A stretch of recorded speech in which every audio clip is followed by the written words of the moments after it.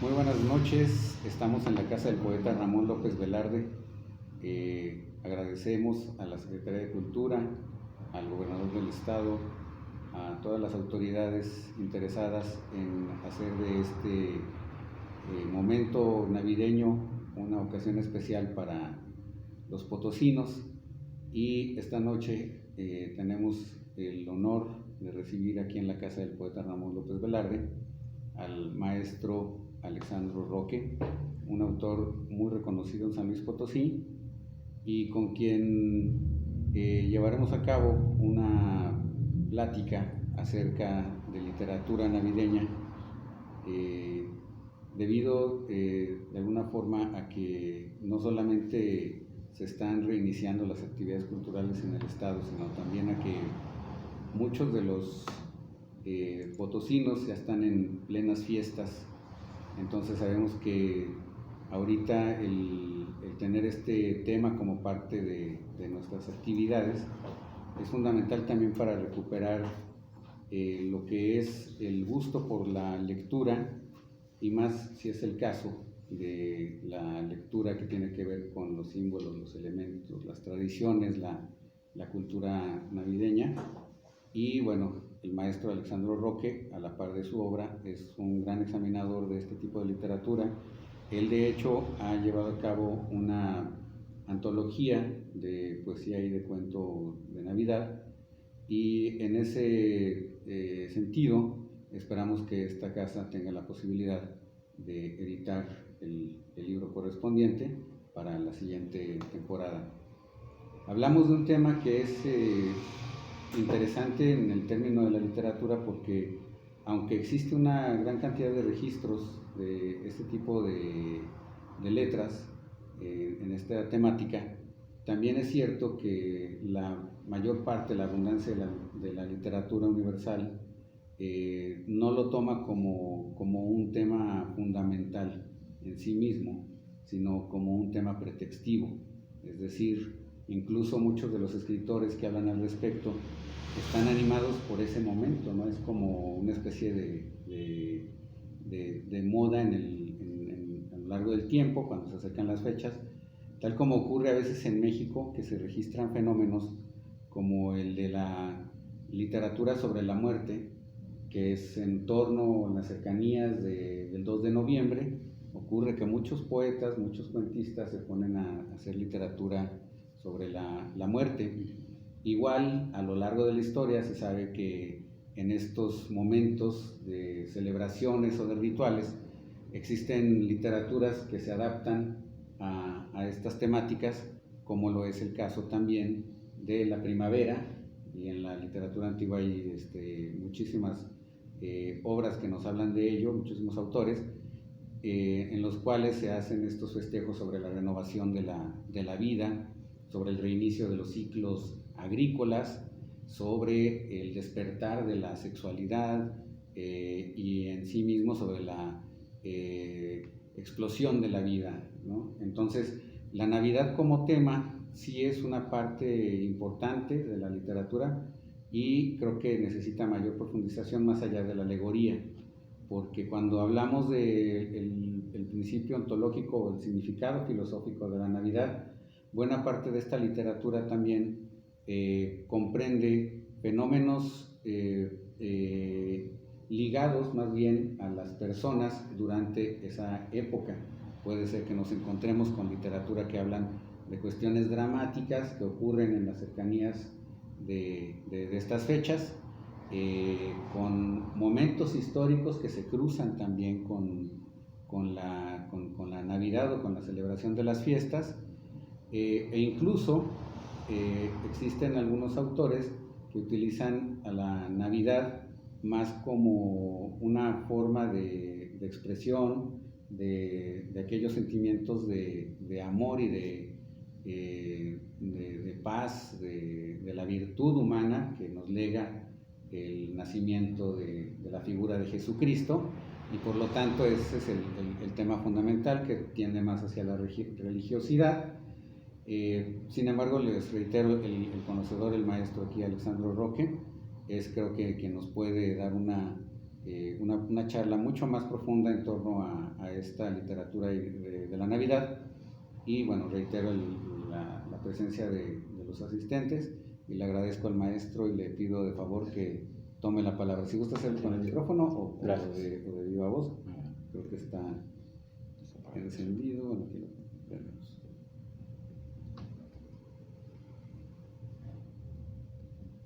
No, está un poco. Ahorita lo corregimos. Lo dejo con el maestro. Gracias. Buenas noches. Muchísimas gracias por su asistencia. A quienes ven por internet. Bueno, el tema, como decía el maestro Octavio, pues es una parte muy importante de cierta narrativa, cierta postura, y que tiene que ver mucho con precisamente la religión cristiana, pero también su fecha se fija no inmediatamente después de la vida de Cristo, ¿no? O de la vida histórica, ¿sí? El nacimiento en los primeros años del catolicismo, del cristianismo más bien, bueno, se festejaba indistintamente, a veces en marzo, a veces en junio, tal, y hasta después de un concilio, cuando se fija que es en invierno, coincidente casi con el solsticio de invierno, con esta fecha de cambio de temporada, de época. Entonces, por lo mismo, como en todas las religiones, como en todas las fiestas socialmente aceptadas o que son más vistas, disfrutadas, parte de una cultura, bueno, es la hibernación, digamos, de la naturaleza, que va a resurgir en marzo, ¿no? En la primavera. Entonces, toma elementos paganos. Y por lo mismo, el culto a los árboles, que es lo significamos mediante el pino de Navidad. Bueno, también en casi todas las religiones, en casi todas las sociedades, vamos más allá de la religión, hay un culto a la naturaleza, un reconocimiento a este guardarse y este florecer que se va a dar el nuevo ciclo. Entonces, es un periodo como de quietud, precisamente la hibernación de muchas especies animales lo marca.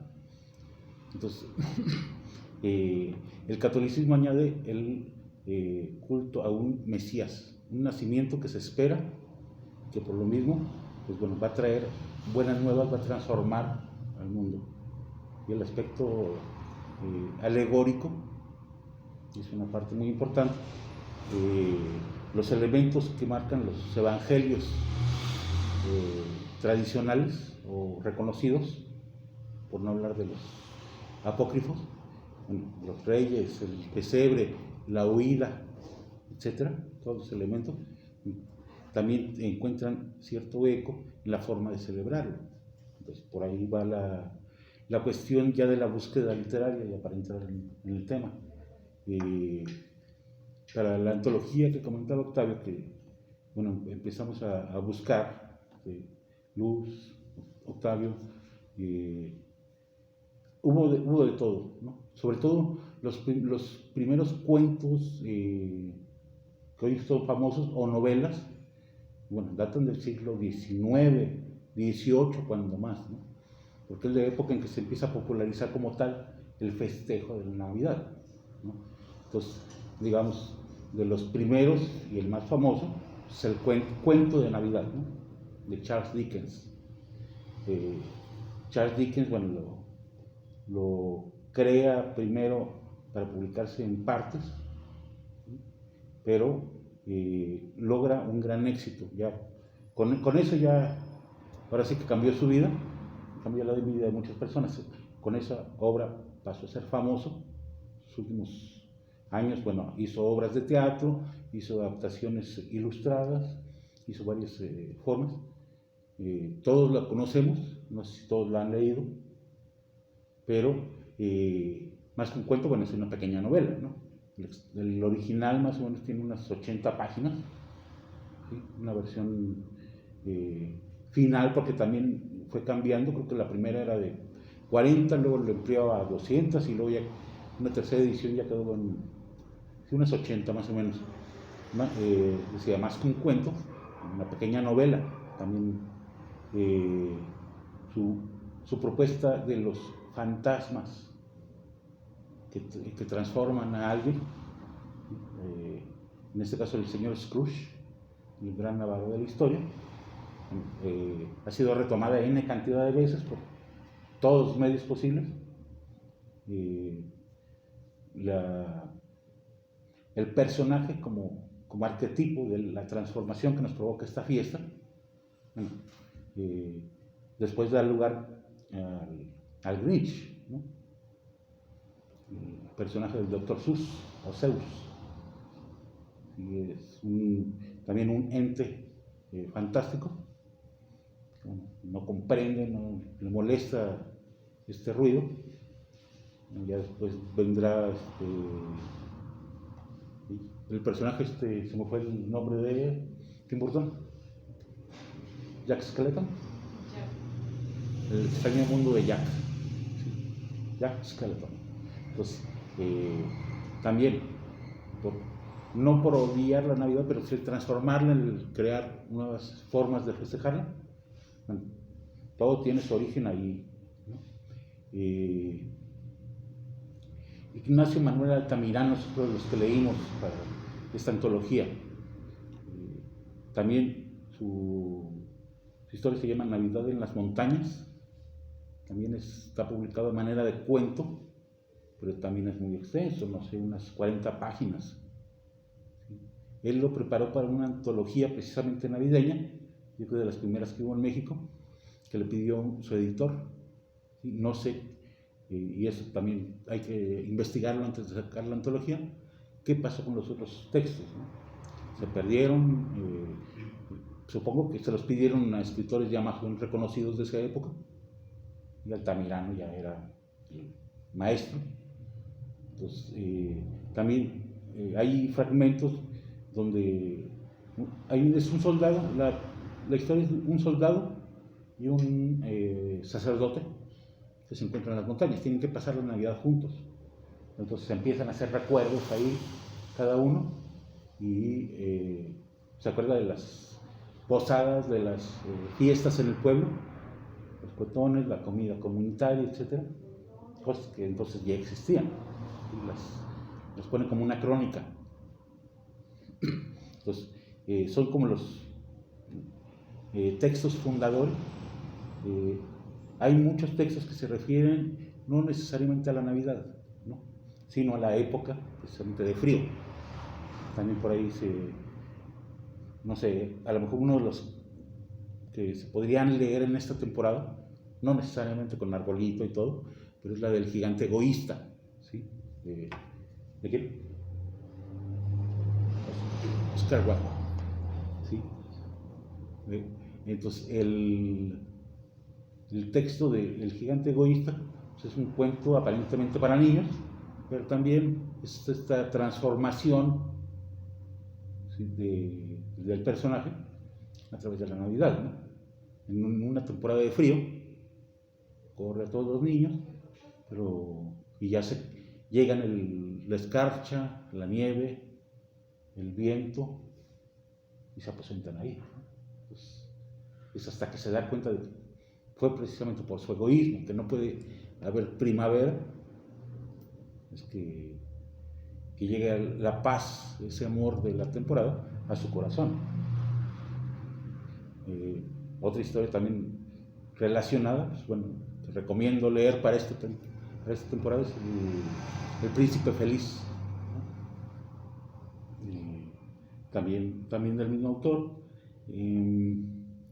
Hay otro texto que también platicábamos por ahí de qué tan navideño era el original, el Cascanueces, ¿sí?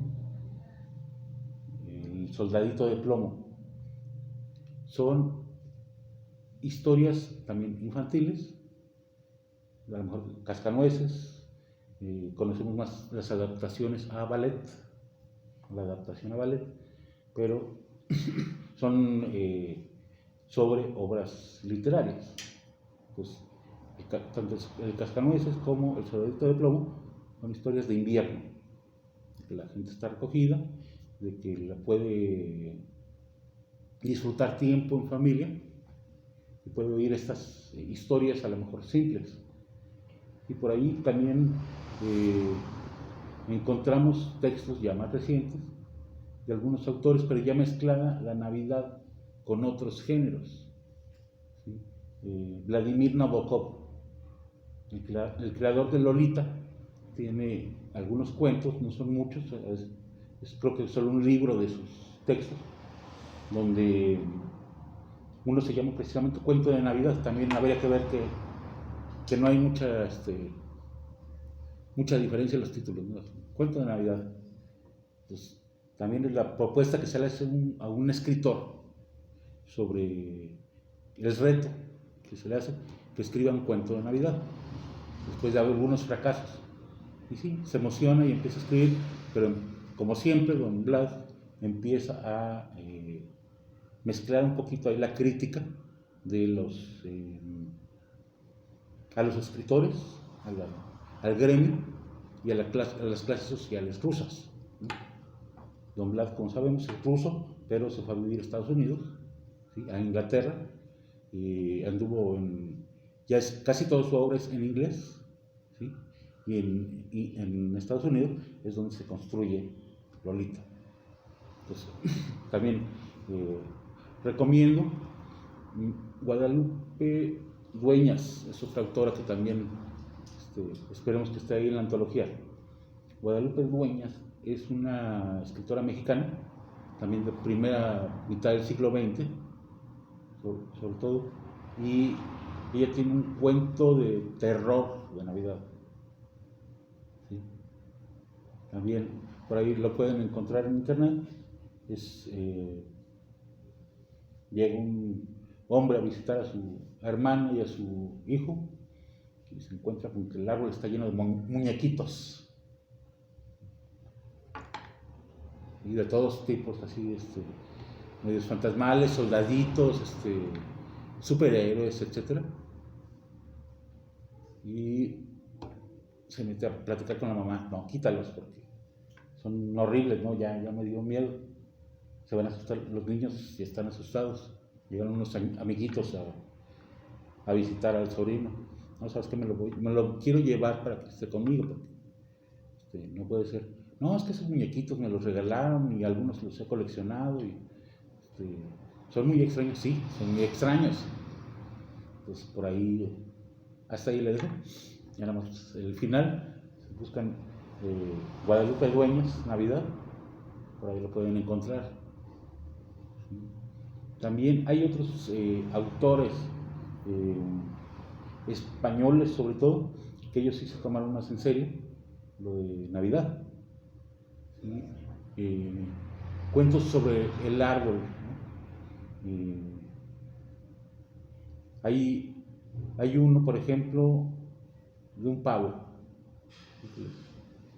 que les comentaba en el taller hace unos días. Es de los pocos que me encontré, que vimos, que le da voz al pavo, ¿no? Un alimento tradicional de la época, que es una aportación mexicana a la fiesta mundial, ¿no? Ya que le digan pavo o turkey, y es otra cosa, ¿no? ¿Sí? Se le dice turkey porque pensaba que venía de Turquía, ¿no? Era tan extraño el animal, pero pues es gratamente mexicano. Entonces, resulta que este pavo quería ser más inteligente, entonces le ruega al niño del nacimiento que lo haga más inteligente. Y a partir de ahí parece haber un milagro. El niño sonríe. ¿Estás seguro? Sí. Pero esto puede ocasionar más dolor. Sí, no hay problema. Y de pronto, si empiezas a ver, empiezas a conocer más cosas, avanza la historia, y de pronto se da cuenta de que le están dando más comida de la que acostumbraban. Pues, porque a ver, esto está raro, se empieza a preocupar, y ya de pronto cuando ve que se llevan a otro pavo y que entiende que la mujer que los está criando les dice, no, pues este ya queda listo para Navidad, en la mañana lo matamos, lo cocinamos. Entonces pues ya se empieza a preocupar, trata de esconderse, no puede, y le ruega al niño Dios que lo salve. Bueno, pero te quitaría algo de inteligencia, sí, está bien. Y ya en la escena final, pues el cocinero entra y ¿dónde quedó el pavo? Pues quién sabe. La cuestión es de que el pavo fue transformado en un pavito de cartón, de artesanía. ¿Quién tiró este pavo del nacimiento? Y va y lo pone justo al lado del pesebre, que es otro elemento tradicional. Sí, también los belenes o nacimientos, sí, por ahí platicábamos en el taller sobre ¿cómo se llama cada elemento del nacimiento? Ahí caben pavos, pero también, sobre todo, burro y vaca, ¿no? Los acompañantes. Por eso había un chiste que contaba el padre Peñalosa, que iba un sacerdote y se pelea con dos jesuitas, que le preguntan, ¿y ustedes? No, yo soy sacerdote. ¿Y ustedes? Somos de la compañía de Jesús. ¿De cuál de las compañías de Jesús? ¿De la primera, que era un burro y una vaca? ¿O de la última, que fueron dos ladrones? Eso viene en Humor con agua bendito del padre Peñalosa. Entonces, pues sí son muchas historias que nos encontramos, poesía, mucha poesía de la clásica, digamos, no alude directamente a Navidad, sino al nacimiento de Cristo, ¿sí? Y ahí también, de lo que comentaba Octavio, pues es bien interesante, que a veces dicen, no hay más temas literarios que la vida y la muerte. Solo se puede escribir de dos cosas, dijo alguien, no me acuerdo quién, pero pues, la vida pues, la representa el nacimiento, en este caso de Cristo, y también el presagio de lo que le va a pasar, ¿no? La llegada de los Reyes Magos. Hay un cuento que también queremos incluir en esta antología, que se llama El otro Rey Mago, ¿sí? Un rey que nunca pudo alcanzar a los otros tres, a pesar de que era el que había organizado el viaje. También no es tan cortito, hicimos una adaptación y ya quedó más o menos para formar parte de un conjunto, pero también esta posibilidad de que no fueran reyes, sino más bien magos, que es parte de la temporada, abordar la magia del momento, de la posibilidad, y esa magia sí la abordan muchos poetas como tal, ¿sí? Desde la época clásica de Góngora y Quevedo, que hablan del nacimiento glorioso, aunque humilde, en un pesebre, de Cristo. Pero también hay poetas como Borges que abordan este nacimiento, aunque sea en 2 o 3 versos, por hablar en general de la figura de Cristo, pero hay mucho que explorar, y sí diría, bueno, hay para todos los gustos, ¿no? En literatura. Hay un cuento que también recomiendo, y esperamos que esté pronto disponible, un cuento de Ray Bradbury. No sé si han oído de él. Ray Bradbury, autor de Crónicas Marcianas, escribe del espacio. Entonces, con ese quiero cerrar un poquito hablando de él.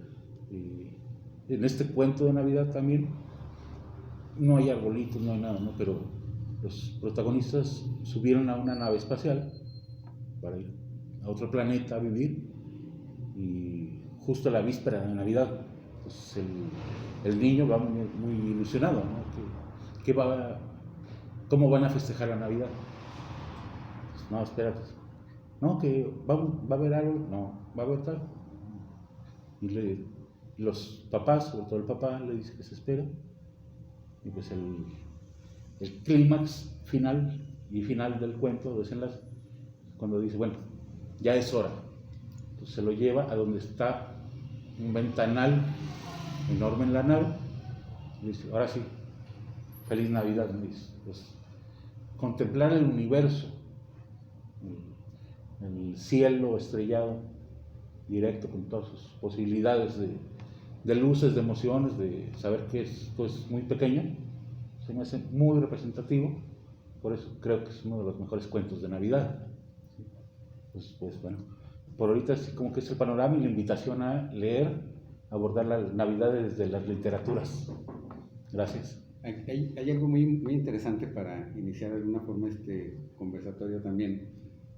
Todos podemos platicar al respecto, nuestras experiencias de lectura, las que ustedes tengan. Yo recuerdo un texto, Alejandro, que es de Truman Capote, que se llama Un cuento de Navidad, un recuerdo de Navidad.